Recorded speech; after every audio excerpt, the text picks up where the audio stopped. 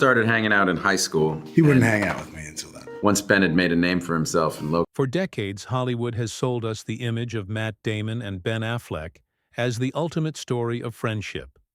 Two kids from Boston, growing up side by side, breaking into an industry that eats most dreams alive. When they held up the Oscar for Good Will Hunting in 1998, smiling like brothers who had conquered the impossible, it felt like a triumph not just for them, but for the idea that loyalty could survive fame. But behind the glow of that golden statue, the reality was far more complicated. Over the years, their careers moved in opposite directions. Damon transformed into a reliable leading man, headlining blockbusters and earning critical acclaim. Affleck, meanwhile, became a tabloid fixture, his career marked by high-profile flops, gambling scandals, and messy relationships. And slowly the public appearances together, once constant, started to vanish. Fans noticed. Journalists speculated. Even the two men themselves admitted in scattered interviews that they don't really work together that much anymore. Was the bond ever as strong as we were led to believe?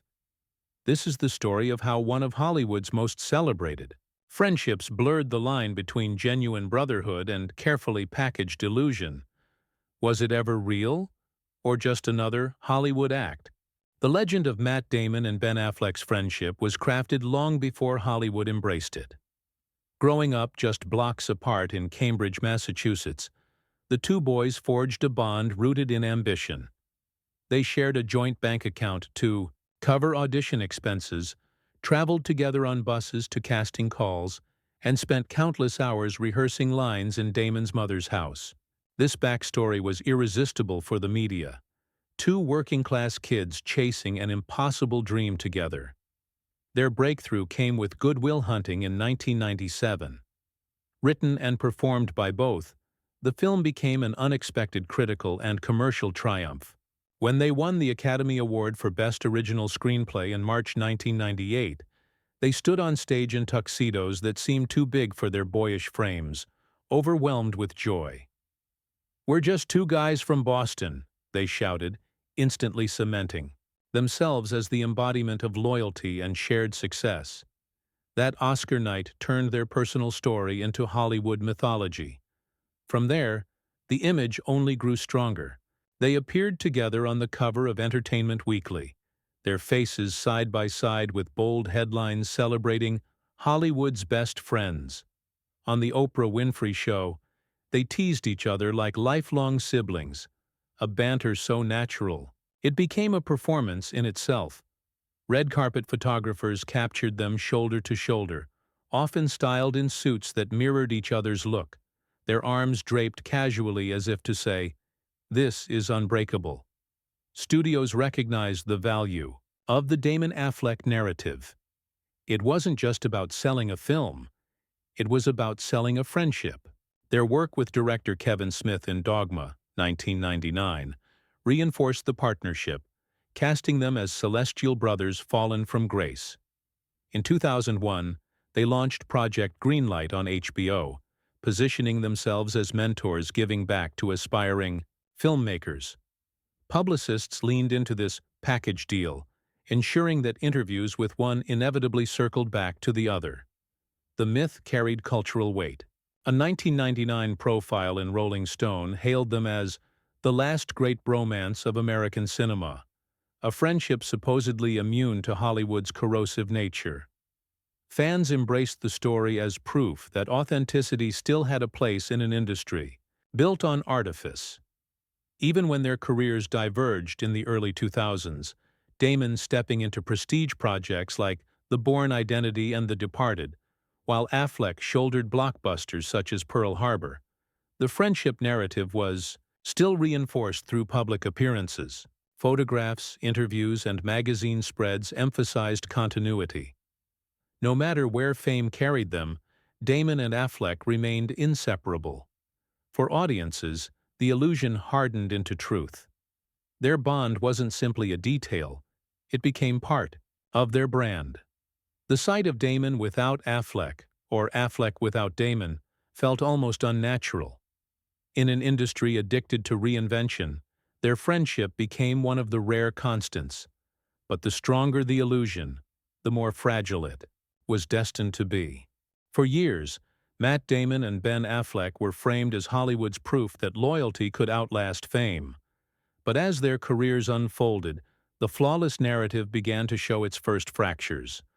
What started as subtle differences soon grew into a pattern that fans and journalists could no longer ignore. The most obvious divergence came after the triumph of Good Will Hunting. Damon's career took a steady climb. In 1998, he appeared in Saving Private Ryan, earning praise from critics. By 2002, he anchored the Bourne franchise, reinventing himself as a leading action star, while also taking on prestige projects like The Departed in 2006. Affleck's trajectory was less stable. After starring in Pearl Harbor, 2001, his career stumbled with Giggly in 2003, a film so notorious it became shorthand for box office failure. Around the same time, his relationship with Jennifer Lopez dominated tabloids, overshadowing his professional credibility. The contrast was clear. Damon was the dependable star, Affleck the embattled celebrity. This imbalance crept into their public image.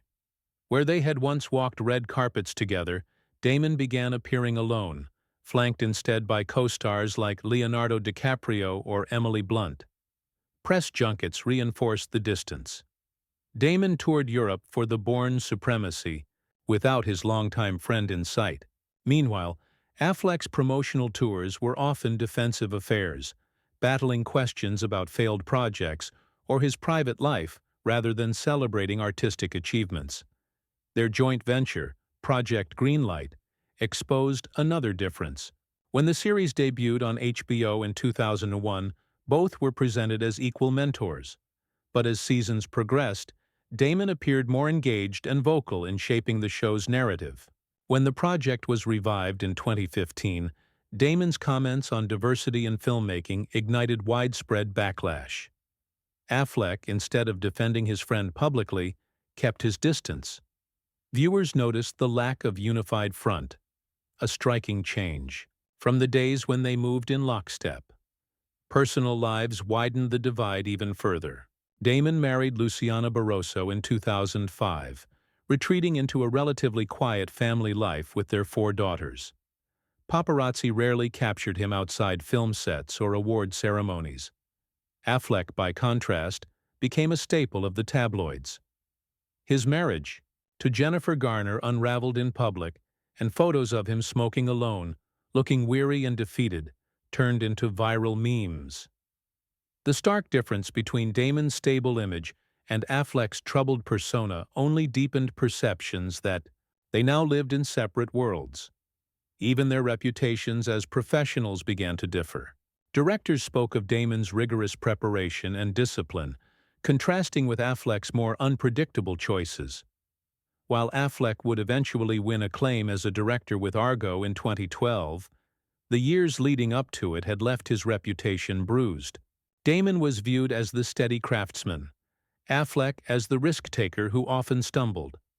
By the mid-2010s, the press began asking the question outright: why don't Matt Damon and Ben Affleck work together anymore? In interviews, Affleck admitted, "Matt and I don't see each other as much as people think. We're not joined at the hip." Damon echoed similar sentiments, noting in 2016 that their lives had grown apart. These were polite explanations, but to fans raised on the myth of unbreakable brotherhood, they sounded like confirmation that something had changed. What once looked like natural closeness now appeared rehearsed in hindsight. The laughs on talk, shows, the mirrored suits, the celebratory speeches. They were still real, but no longer enough to hide the growing gaps. Damon and Affleck had become symbols of how friendship can fracture, not with one dramatic betrayal, but with the slow pull of different paths, different choices, and different images in the spotlight. Cracks were no longer rumors. They had become part of the story. The cracks in Damon and Affleck's friendship might have stayed hidden, dismissed as natural drift, if not for the very public scandals that dragged their bond into question. Hollywood thrives on image, and when reputations begin to unravel, every silence, every absence, becomes part of the story. In the early 2000s, Affleck's career entered a storm. The disastrous release of Giggly in 2003 made him the punchline of late-night television. Paparazzi swarmed as his relationship with Jennifer Lopez dissolved under the glare of tabloid culture. Later, his marriage to Jennifer Garner faltered, and reports of gambling habits and rehab stays painted him as Hollywood's cautionary tale. Fans expected Damon, the lifelong friend, to step in, to defend him publicly. But Damon chose discretion. Interviews during this period were carefully navigated. He praised Affleck in vague terms, but avoided addressing the controversies directly. For a friendship once defined by public unity, the silence was deafening. The silence became louder still in 2017 when the Weinstein scandal erupted. Both Damon and Affleck had built their early careers in part through Miramax, Weinstein's company, which produced Good Will Hunting.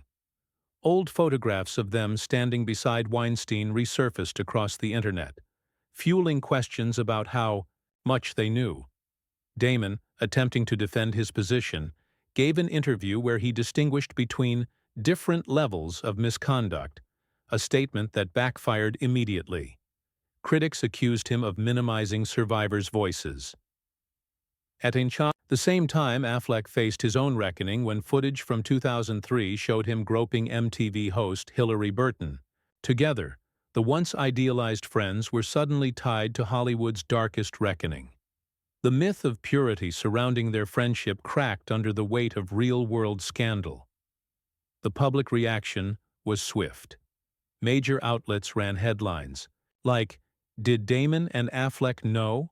while social media split into factions. Hashtags accused Damon of defending the indefensible, while others dredged up Affleck's past with fresh outrage. Fans who had once cheered their Oscar win now debated their complicity. Their bond, which had been framed as proof of authenticity, now looked suspiciously like shared survival in a system under fire. Even outside of scandal, their public appearances reflected the shift. During the press tour for Batman vs. Superman, in 2016, Affleck's weary expression in an interview went viral as the Sad Affleck meme. The clip, paired with Simon and Garfunkel's The Sound of Silence, became an internet phenomenon. When Damon was asked about it later, his responses were sympathetic but distant, framing Affleck's struggles as personal rather than shared. It was a far cry from the image of two friends weathering Hollywood side by side. Their long-awaited reunion with The Last Duel in 2021 could have been the perfect redemption arc. Marketed as the first script they had written together in 2 decades, it was meant to remind audiences of their creative brotherhood. Yet even this moment underscored the change. Damon described the process as surreal, emphasizing the gap of 20 years. Affleck spoke with professionalism, focusing on craft and collaboration. What was missing was warmth. Critics noticed, with one review noting that their camaraderie felt more like nostalgia for a brand than the spontaneous chemistry of two best friends. By then, the illusion had lost its magic. Damon and Affleck still shared a bond, but it was no longer the unshakable brotherhood audiences believed in. Scandals had turned silence into suspicion, and public appearances had become strategic rather than sincere. The mask of their friendship, carefully cultivated since the 1990s, finally shattered under the weight of Hollywood's relentless spotlight. When the mask broke, the fallout was impossible to ignore. For Matt Damon, the consequences were subtle but sharp. Long viewed as Hollywood's steady everyman, his comments during the Weinstein scandal left a mark on his reputation. Critics accused him of being out of touch, of protecting an industry that had sheltered abusers for decades. For a man who built his image on integrity, the criticism stung. Damon attempted to clarify his words in follow-up interviews, but the damage had been done. The perception of him as the good one, in contrast to Affleck, no longer felt unshakable. For Ben Affleck, the consequences were even heavier. His personal struggles became inseparable from his professional identity. The divorce from Jennifer Garner, the widely reported stints in rehab, and the viral sad Affleck memes all reinforced an image of instability. As Batman in Justice League 2017, he should have been riding a career high, but instead, the press focused on his fatigue and rumored conflicts with the studio. Damon, meanwhile, enjoyed acclaim with The Martian in 2015, earning Oscar and Golden Globe recognition. The contrast only widened the perception of separation.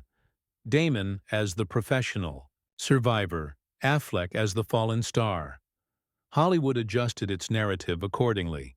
No longer marketed as a package deal, Damon and Affleck were treated as independent brands. Studios promoted Damon's solo star power, while Affleck leaned into directing as a way to rebuild credibility. His work on Argo had already proven he could deliver behind the camera, but the years that followed showed how fragile his public image remained. Every project carried the shadow of his personal troubles.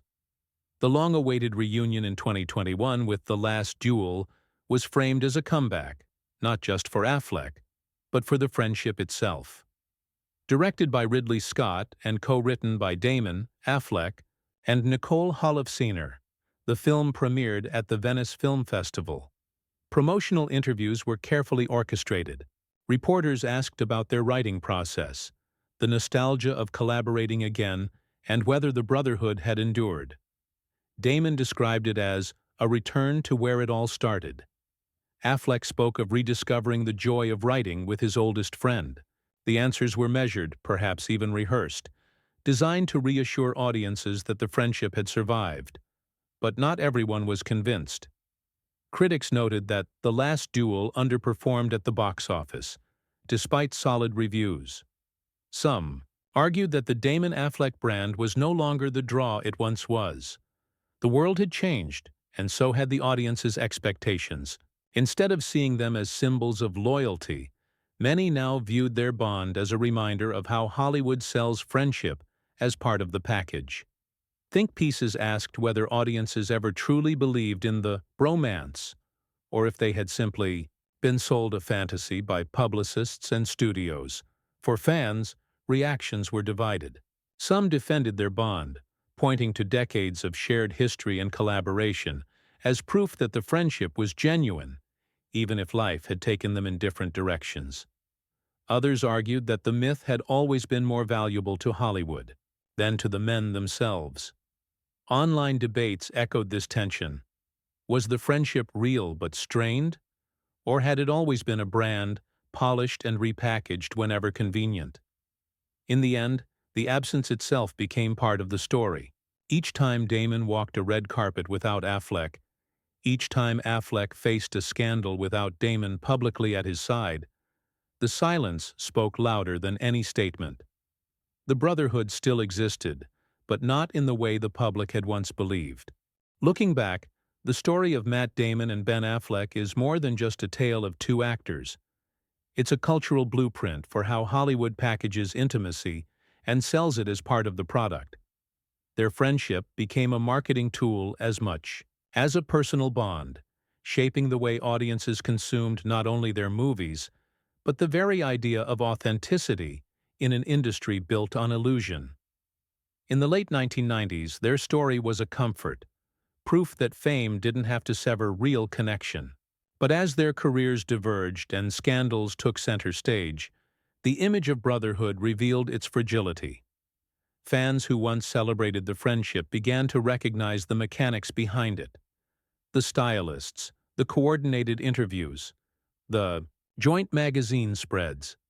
What felt spontaneous in 1998 looked carefully staged in hindsight. The myth worked because people wanted to believe it, not because it was indestructible.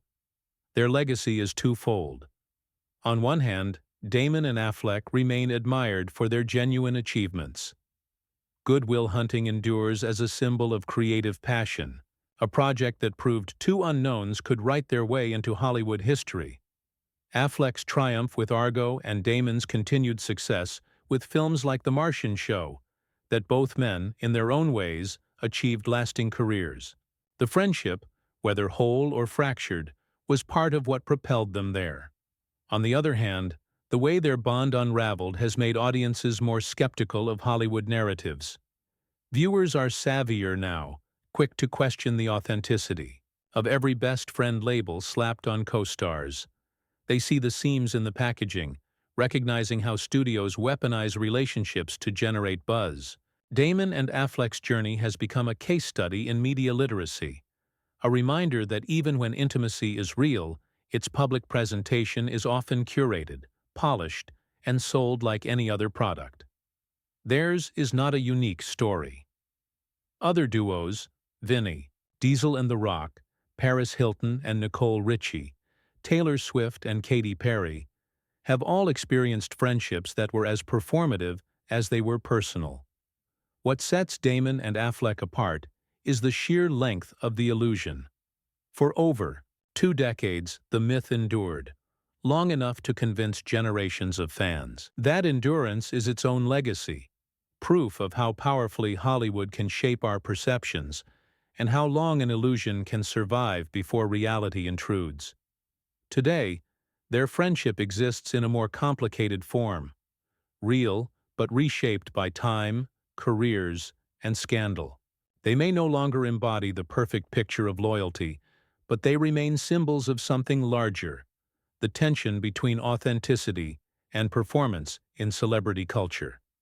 The question that lingers is not just about Damon and Affleck, but about Hollywood itself. Can any friendship survive untouched in an industry that thrives on image? Or are all bonds, no matter how genuine at the start, destined to be rewritten into stories that serve the machine? The story of Matt Damon and Ben Affleck is both inspiring and unsettling. From 2 kids in Boston dreaming of the big screen, to Academy Award winners, to symbols of loyalty in a ruthless industry, the arc feels like a fairy tale. Yet as the years unfolded, the illusion of an unbreakable brotherhood was challenged by scandal, silence, and the slow pull of separate lives. What remains is a complicated legacy: friendship mixed with performance, loyalty tempered by distance, and 2 careers that rose and fell in starkly different rhythms. Some still believe in the purity of their bond. Others see it as one of Hollywood's greatest manufactured myths.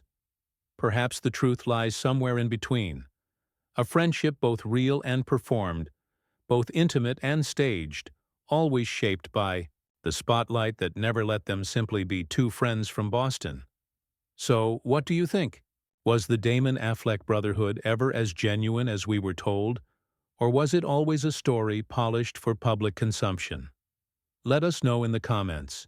Share your thoughts, your debates, even your disagreements, but keep it respectful. And, if you enjoyed uncovering the untold layers of this friendship, don't forget to like this video, share it with friends, and subscribe to the channel. Turn on notifications, because there are many more stories of Hollywood's hidden illusions still to come.